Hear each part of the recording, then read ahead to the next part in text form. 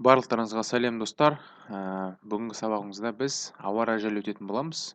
Ауа-райын қалай ету керек, және де осы өтіп кеткен present simple мен present continuous шақтарының айырмашылығын қарастыратын боламыз. Сонымен сөздік қорды қарастырайық ауа-райына байланысты. Мінекей берілген бізде төменде суреттер мен оның астында оны сипаттап тұр. Біріншісінде күн шығып тұр, it's sunny деп аталады. Екіншісінде күн өте ыстық, мына кісі терлеп те жатыр, it's hot.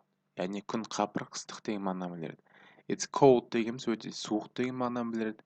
It's windy дегеніміз көріп тұрғандарыңыздай жел соғып тұр, яғни далада жел соғып тұрған кезде онда біз windy деп айтамыз. Cloudy дегеніміз бұлтты ауа райы. It's cloudy. It's raining жаңбыр жауып тұр. It's snowing қар жауып тұр. Қазір осы сөздердің бәрі оқылатын болады, соның артынан қайталап отырыңыздар. 3.38 1. It's sunny. 2. It's hot. 3. It's cold. 4. It's windy. 5. It's cloudy. 6. It's raining. 7. It's snowing. Мінекей қараңыздар, осындай сұрау сөйлем. How is the weather today? Бүгінгі ауа райы қандай? Мысалы бізде it's sunny today. Бүгін күн шығып тұр. Сіздердің өздеріңізде ауа райы қандай болып тұр? Комментарийға жазып кетіңіздер. Осының ішінен біреуін таңдап, міндетті түрде жаза кетіңіздер. Енді мынау грамматикаға келдік. Present continuous, present simple.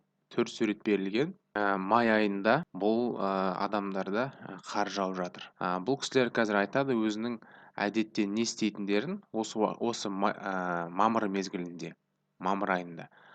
Қазір енді қар жауғаннан кейін олардың пландары, яғни әдеттегі істейтін іс-әрекеттері өзгереді де, олар басқа нәрселер істейді.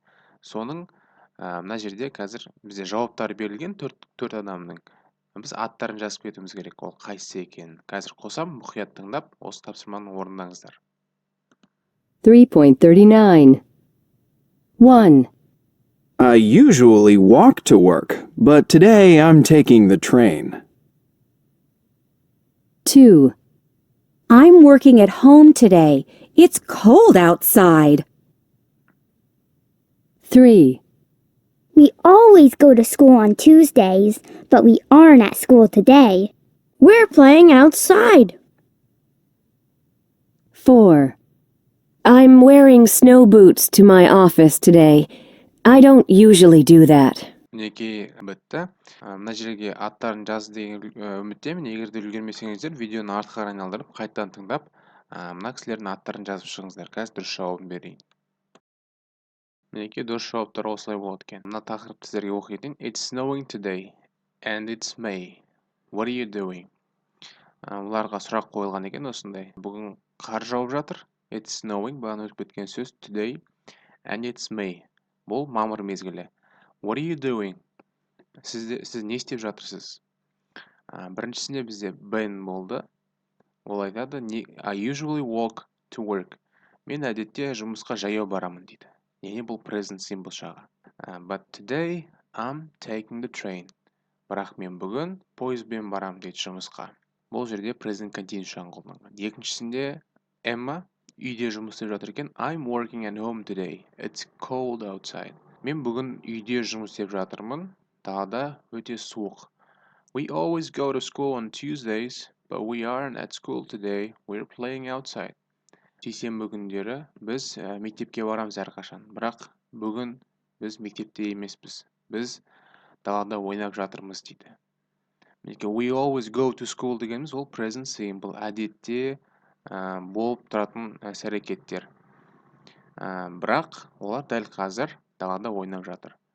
Төртінші сөйлем, ол Susan жайлы. I'm wearing snow boots to my office today. I don't usually do that. Мен қысқы етігімді офисқа қарай киіп бара жатырмын дейді. Әдетте мен бұлай істемейтін едім дейді. Мінекей. I don't usually do that дегеніміз ол present simple. I'm wearing snow boots дегеніміз ол present continuous. Онда қазір біз тереңірек қарастырамыз. грамматика бөлімінде. Әдеттегідей мына мысалдардың бәрі қазір оқылады. Соны тыңдап, арттарынан қайталаңыздар. Одан кейін біз мына ережелерді оқып шығамыз. 3.40. 1. I work in an office. Today I'm working at home.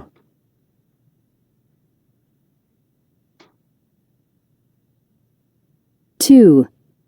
I usually drink soda at lunch, but today I'm drinking water.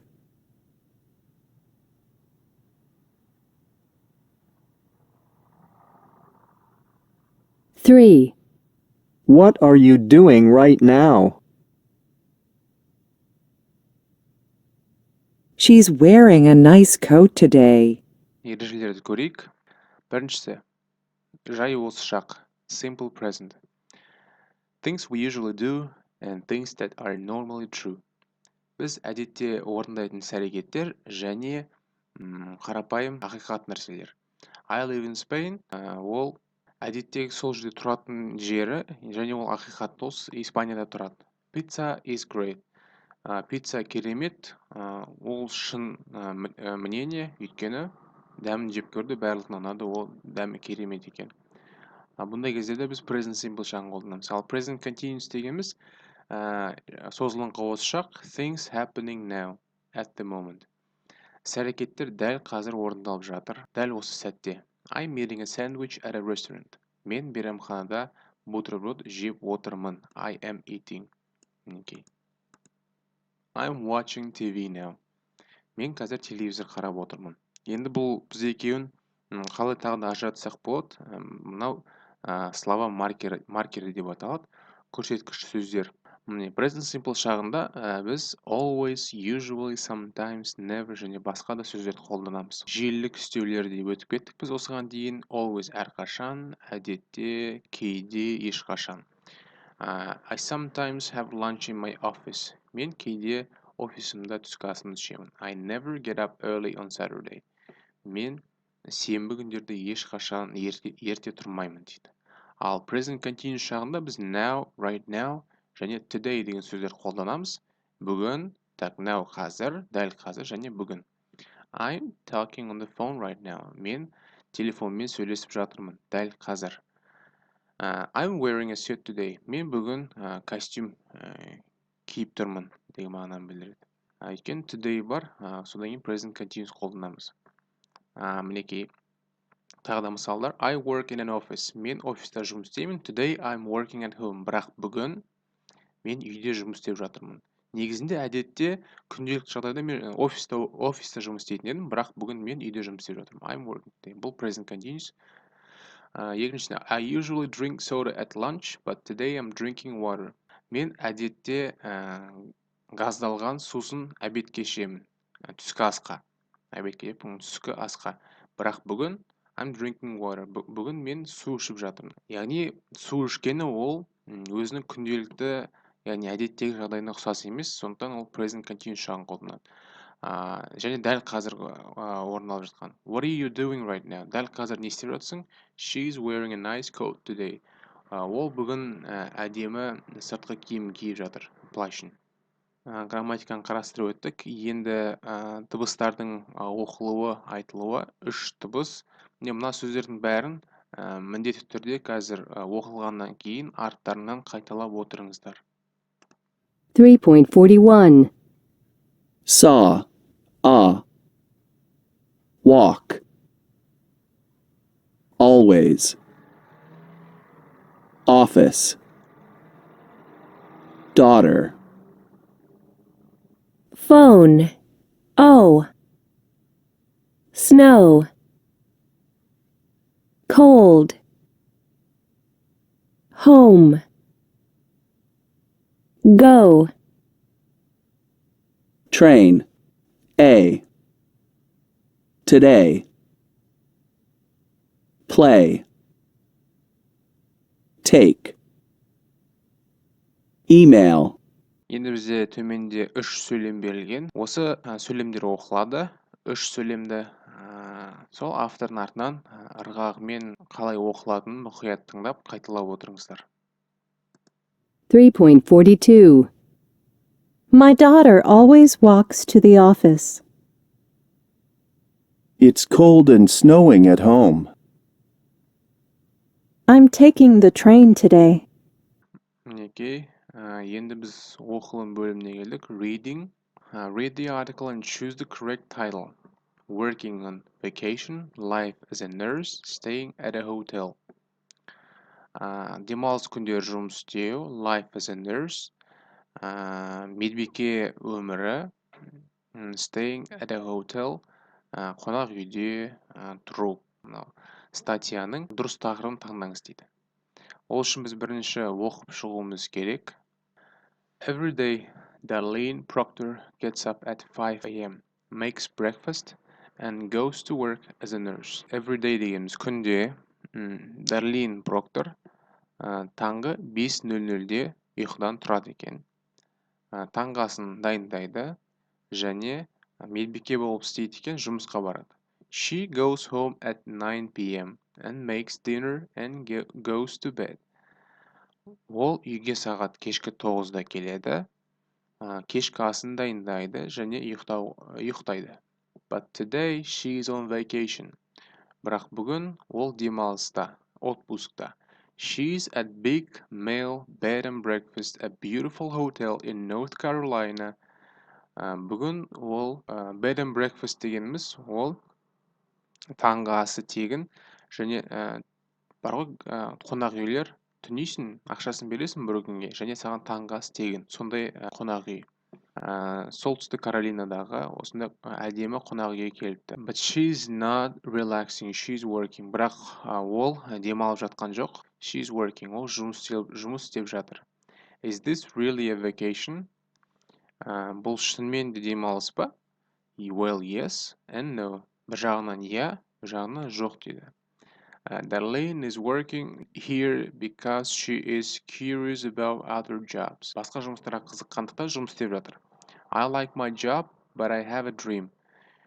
Мен өз жұмысымды жақсы көремін, бірақ менде арман бар. I wanna have my own hotel. Мен өзімнің қонақ үйімнің болғанын қалаймын.